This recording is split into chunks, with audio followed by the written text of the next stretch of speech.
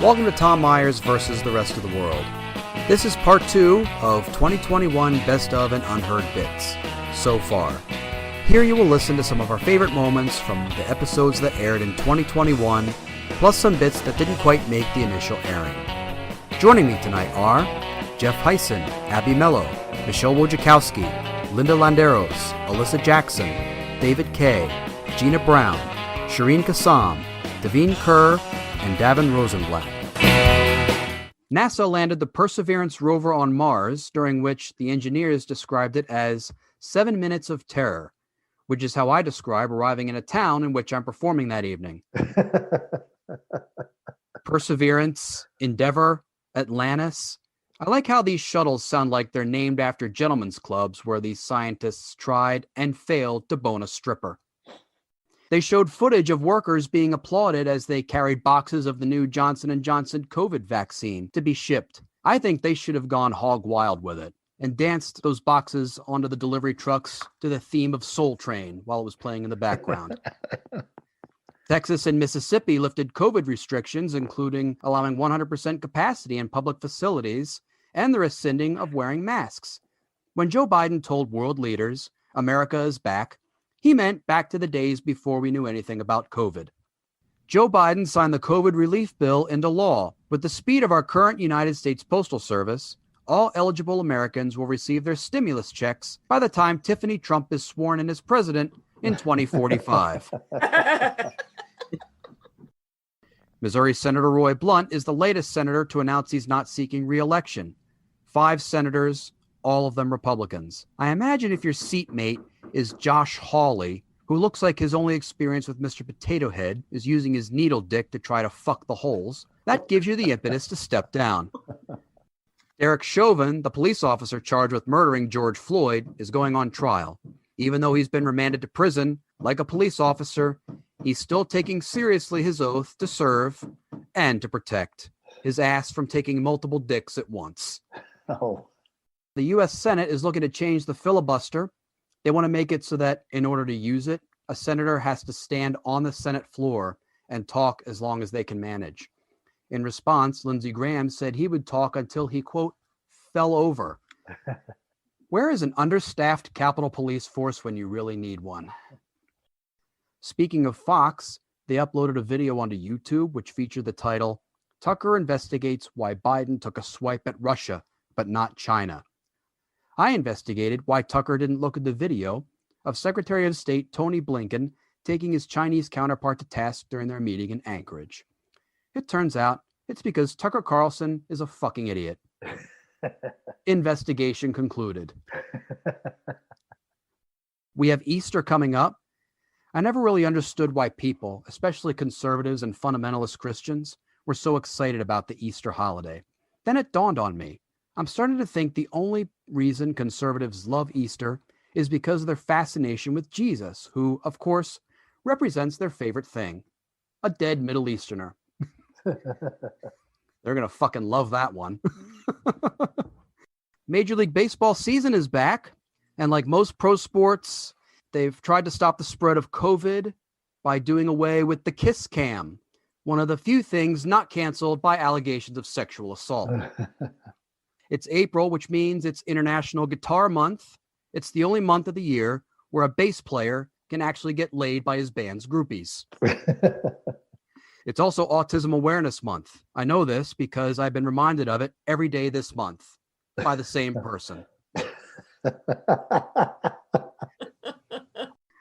I received something from a friend of mine who asked if I had gotten the vaccine. I said, no, I'm not in the particular group. And she suggested that all I had to do was, in short, go to Pennsylvania, tell them I was a smoker, and because that would put me at a health risk, I would get the vaccine. So yes. I quit smoking 15 years ago, but I thought, well, that's another habit I can pick up. Now, what's gone on with us is I got the first shot, but it created some tension in my house because I qualified and my wife did not. And she was, I'm not mad. So that was a little awkward. She's mad. Oh, When yeah, women she say was they're not definitely mad, we are mad. so pissed you don't even know. Oh, yes. Yeah, all right, man. That's like she when was we mad. say it's fine. Yeah, that's it. When we say it's fine, you better run for the hills. Yeah, you go get it. It's all fine. So I said, I won't get it. I'll wait for you, honey. And she said, no, go get it. So I did. And she said, that was fine. So I've decided that I am going to get the shot probably in 2026 at this point. I even called my doctor and said, well, hey, Brad, my husband, I said, he's got high blood pressure and I need to lose some weight. And she said, Michelle, you're healthy and you're too young. Deal with it. And I was like, the only time in my life I'm desperate for a shot, And while I'm happy for the people who are getting it, I got to tell you, it's really starting to tick me off when I'm looking on Facebook and people are like this. They're like holding up my glass. Hey, I'm out on the back deck with my friend. Look, we can cough on each other. Nothing. We're fine. And I am just sitting home thinking, if I have to spend 6 more months in this house, I am going to completely lose my mind. So I'll chip in for the cigarettes. You chip in for the gas money, and we'll just do a caravan to Pennsylvania. I want to jump in on the COVID vaccine. I got a shot yesterday. Hey. I'm not going to post any deck pictures, drinking or beving. But plus, I'm only one shot. Because I know you, and I will be all over that shit. I know. I mean, honestly, I don't. You stop bragging. I am stuck in the house. I don't really want to see people anyway. I've loved this pandemic excuse. But Gina, even though you and I have gotten the first shot, we won't cough on each other. We will not. We will maybe at the end of April. I'd be willing to cough on you if you'd be willing to cough on me. And it took a kinky turn, and it wasn't due to Tom. How did that happen? I'm losing my touch. Yeah, evidently so. So anyway, hello. Well, I'm excited to announce that I am fully microchipped as of Monday. Yeah, so very excited. Got shot number 2. It was not bad. It felt a little bit like jet lag mixed with my entire skeleton hurt, but it was quicker and I'm sure a heck of a lot easier than whatever the full-blown COVID is. So happy to have gotten it. I'd say the same. I'm the only person in Florida who's fully vaccinated. Nice. How did you manage that? Did you contribute to Publix? They were just throwing out vaccines, and I was like, nobody else wanted them down there, right? Exactly. Nobody else wanted them. At first, they were like, no, you're brown. You can't get one yet. And then they were like, you know what? Nobody wants them, so you can have them. It went from you have to be like dying to get one to like the whole state can get one because we have so many vaccines because nobody wants them. Of course, it wouldn't be a convention packed with Trump supporters without a little disregard for health precautions, as we can see in this clip where CPAC organizers remind the attendees of the venue's rules. Does the Bill of Rights matter? The First Amendment, it matters. We conservatives believe in the rule of law because we know that when our rights are protected. That's why we're doing such a big effort at this CPAC to talk about the Bill of Rights. But I also want to mention one thing, and I know this might sound like a little bit of a downer, but we also believe in property rights, and this is a private hotel. And we believe in the rule of law, so we need to comply with the laws of this county that we're in. But a private hotel, just like your house, gets to set its own rules. Carly, our CPAC director. Well, as Dan mentioned, we are in a private facility, and we do want to be respectful of the ordinances that they have as their private property. So please, everyone, when you're in the ballroom, when you're seated, you should still be wearing a mask. So if everybody can go ahead, work on that. I know it's not the most fun. You have the right. You have the right to set the own rules in your own house, and we're borrowing somebody else's house. So we need to comply with their rules.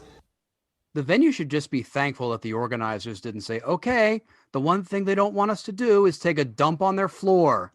Then everybody just drops trowel and just drops a huge load. Unlike the Capitol, This is a hotel. Please do not smear your feces on the wall. I love how he had to like preface the whole thing by saying, "We are the party of the rule of law, and we believe in law and order." Yes, sure. Please don't spray graffiti on the whatever. Or spread feces. I think they needed just any regular old kindergarten teacher could have done a better job handling that crowd, because that's what they're dealing with. They're dealing with children who boo when you say, put a mask on, you're sitting next to somebody. We're in somebody else's house, and their rules are that you have to take your shoes off. I'm sorry. Yeah, the two of them up there was like being in a comedy club where they're playing the Super Bowl right before the show starts, and the show starts at 8:30, and there's like a minute and a half left in the game. The losing team is just about to score, and everybody is in the Super Bowl is being held in the city where the comedy club is, you know, and it's their home team. And they're like, okay, we're going to turn the game off now. I'm like, no, you're not. That happens all the time in Pittsburgh. If there's a Penguins game playing and the comedy show's about to start, and they're like, well, we're going to turn the TV off. And they're like, no, you're not. Hell, you are. We ain't putting the masks on. We don't care about no hotel. Lest you forget that the Senate was supposed to do anything other than an impeachment trial or agree to a power-sharing agreement, despite voters deciding they wanted the Democrats to control the upper chamber of Congress, the start of this week saw the confirmation hearings of Joe Biden's pick for Attorney General, Merrick Garland, who is widely expected to be confirmed, despite failed attempts at gotcha questions like these from Louisiana Senator John Kennedy. But I want to ask you about this concept of implicit bias. Oh.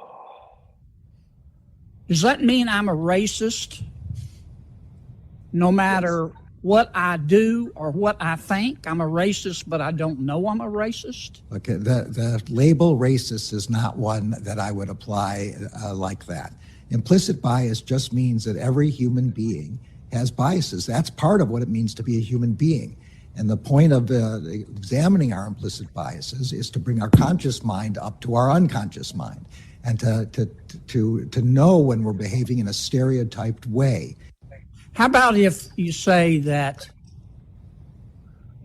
America has racists in it, just like everybody else?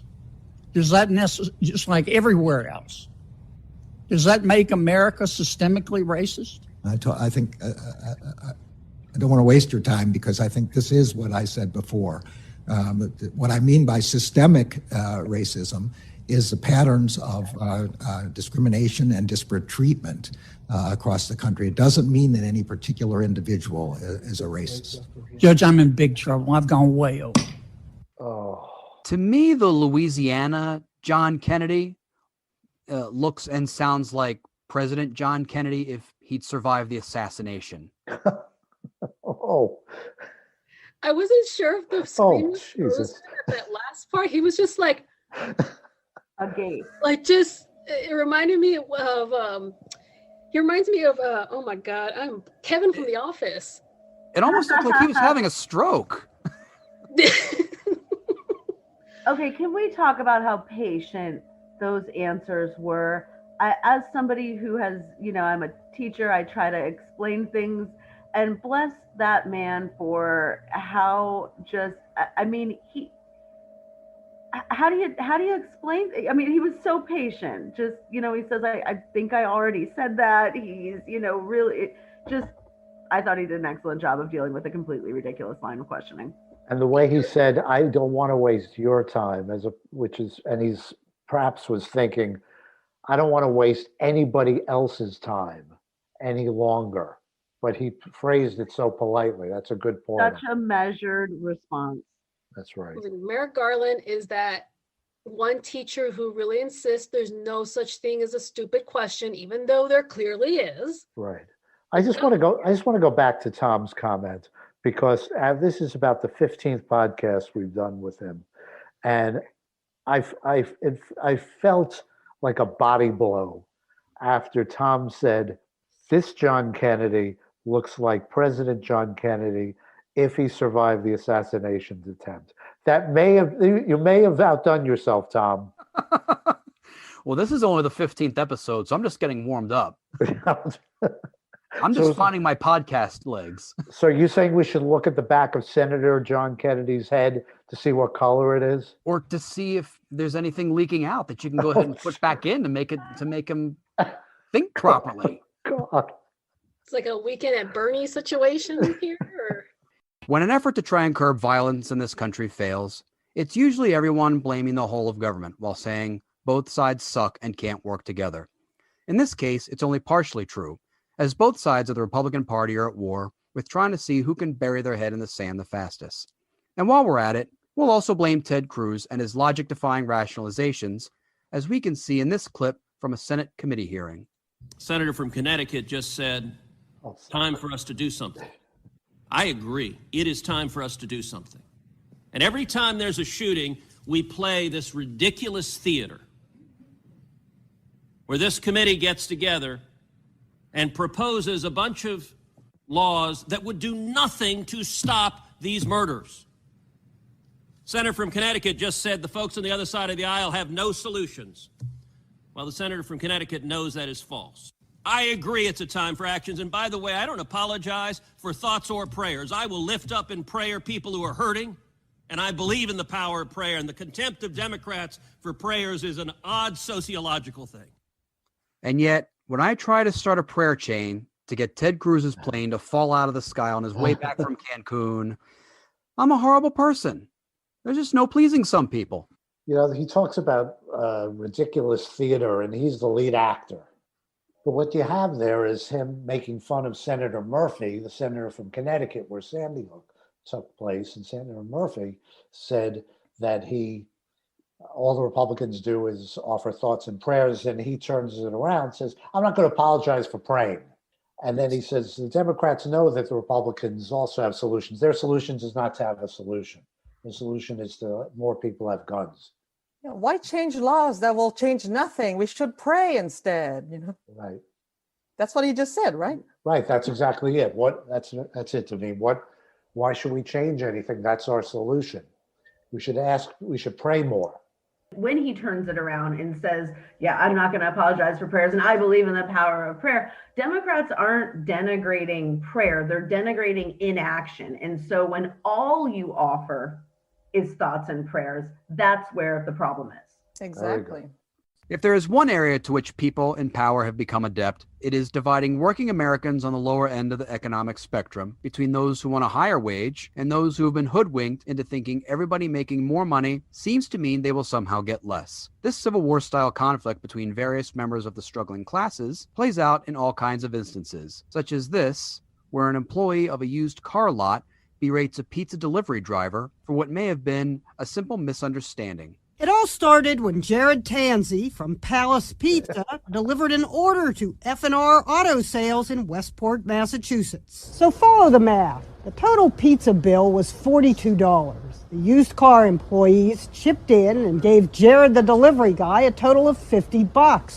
2 20s and 2 5s, which means $7 left over. Jared leaves with a $50. There's disagreement about whether he said anything about keeping the change before he took off. The car lot people complained to Palace Pizza's manager. Jared comes back to return the $7, recorded by a camera in the car lot office. It just doesn't make sense why you would hand me a bill that you were just going to have me drive back here to give you back anyway. The man behind the desk explains he gave Jared all the money the group had collected and expected to get back the correct change. The manager apologized once for you. You want to apologize again for you? It's okay, you got your $7 back, so the world is right now. Oh, no, it wasn't. Hey, out the door before I put my foot in your ass. How's that one? Someone posted the video. It went viral. The insults flew. Scummy, nasty people. F&R Auto Sales was bombarded with terrible reviews. Do you or someone you know want to be treated like crap? Wait. The comments got so bad the car lot called police.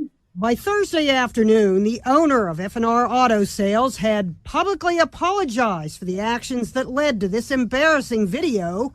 The owner offers an unspecified cash donation to the delivery man. He says the man in the blue shirt was not actually an employee and that the female employee has been fired.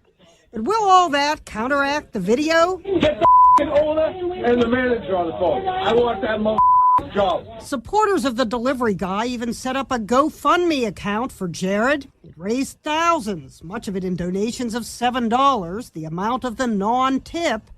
Wrote one supporter, "Once I messed with a pizza guy, haven't sold a car since."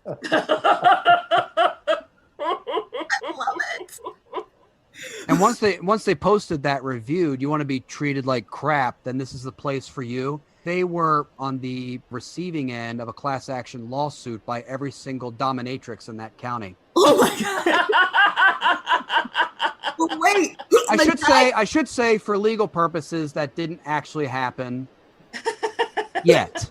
I just want to point something out. Having been in honors math in high school. Show off. Wow. Thank you. I know it's gone now. Trust me. It has leaked out my ears. Well, now you're on Tom Meyer's podcast, so it worked. Well, yeah, there you go. It's just scraping the bottom at this point. Shut up! If you noticed, the announcer, the on-air personality, originally said that the pizza bill was $42. Mm-hmm. And they gave him $50,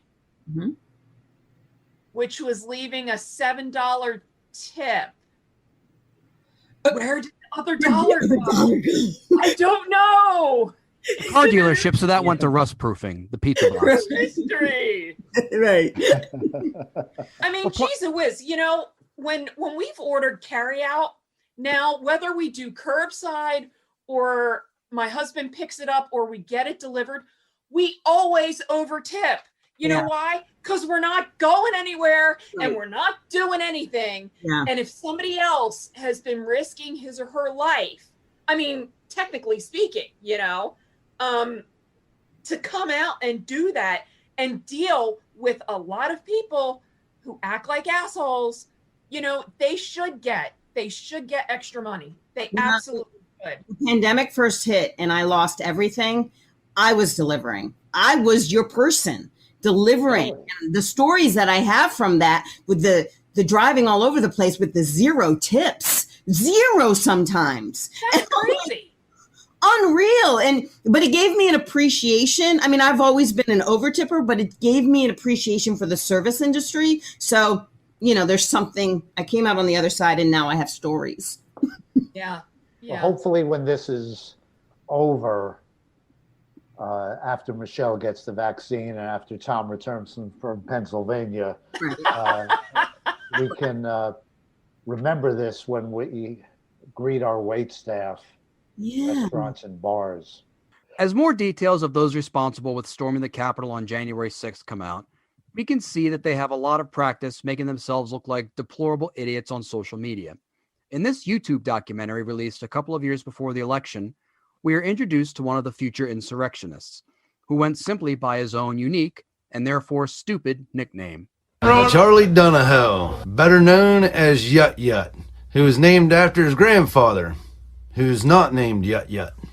I didn't know who he was at first, or quite honestly, I didn't know what he was saying half the time. Everybody knows me, Yut Yut. Everybody anywhere that's gonna see and hear Yut Yut, if it goes biblical, like Yut Yut does, then I guess I'll lose my top secret clearance, but fuck it, I don't give a fuck about this shit. I am named after my grandfather. His name is not Yut Yut, so that makes no sense, but whatever. The only things that I care about are life, liberty, and the pursuit of happiness. And anyone that doesn't agree with that is a traitor, and they deserve a traitor's death. So fuck them, fuck all that shit. You can edit that shit out, whatever. I'm not specifically the best person to actually be talking because I'm a degenerate ass motherfucker, and sometimes I say a bunch of shit that doesn't matter. I love America, and I'm always about America, no matter what the fuck America is about, even if a bunch of traitors take over, because then at least I can kill the traitors. And I don't know what else more to say. To me, Yut Yut seems like the kind of sage that you'd find when you reach the top of the mountain. But when you start to ask him for advice, he's just returned from his third trip from the liquor store. The pursuit of happiness, get all the traitors out of your life. They need to die, and fuck them. I'm not the right sage to be asking these questions right now because I'm fucking wasted. He's Yut Yut is the dumb Duck Dynasty guy. So he's the dumb one. He's the dumb one. Yut Yut is the dumb one. Yut Yut failed the Duck Dynasty audition. I mean, what am I supposed to do with that, Tom? I mean, really, how am I supposed to defend that? You pull up the biggest inbred ginger on the internet after I just defend. There's nothing I could do. All right, I fold. All right, they're a bunch of morons. I'm going home. What do you want me to tell you? Before we go, my final thought. Seeing as so many Republicans associate with Trump even after the insurrection isn't so much demoralizing as it is disturbing. One by one, Republican senators and members of Congress are making the quick conversion from being outraged over the insurrection to going back to brainwashed cult member status in order to keep their free parking at Ronald Reagan Airport, named after a president who, if my prayers will ever be answered, will ensure that his ghost causes a sudden collapse of the parking garage as each of the Trump-supporting senators arrive to cast votes to not move the country forward, but to take the country back to the days when the movie Pride of the Nation was all the rage. Could you imagine all of the hero worship that would take place around that film, but the 21st century means we have to idolize characters in films? When the Star Wars prequels came out, everyone wanted to dress like Luke Skywalker or Chewbacca. Imagine cosplaying to Pride of the Nation. Stores would suddenly have a run on white bed sheets, wine corks, and black shoe polish. So what's more offensive? That or the idea of Ronald Reagan's ghost causing his parking lot to crush Lindsey Graham? The image that the media is putting in our heads is that these Republicans have been going down to Mar-a-Lago to kiss Trump's ring. I know they mean that in the figurative sense, but what if there's a literal sense? Not some ring that he took from some family he evicted from one of his properties. Not even a twist tie that Ivanka made for him when she was in second grade, of which he gets off because it still smells like her perfume. I mean, of course, his anorectal ring. Maybe that was what you all didn't see during the CPAC festivities. Josh Hawley, Ted Cruz, Ron DeSantis, all of them. Prior to their speeches, they get a little pep talk from the recently disgraced one-term president before they suckle on his asshole like newborn kittens getting milk from their mother. But despite their opposition to homosexuality, they don't see this practice as gay. No, they see it as a contractual obligation, even a spiritual conquest. They say to themselves, it's not a violation of God's law if it's for President Trump. God understands. God knows their children will need to be appointed to corporate boards because they have no skill other than coping with the trauma of watching their daddy give a rim job to the 45th President of the United States. Good night.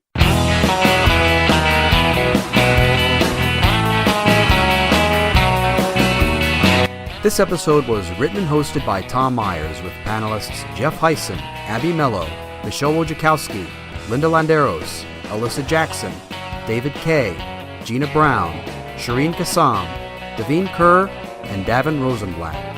Special thanks to Danny Romanelli. Theme music by Jeroen Vandenberg. Executive producer Tom Myers. Executive producer for ipmNation, Matt Connarton. For more information, visit tommyers.us.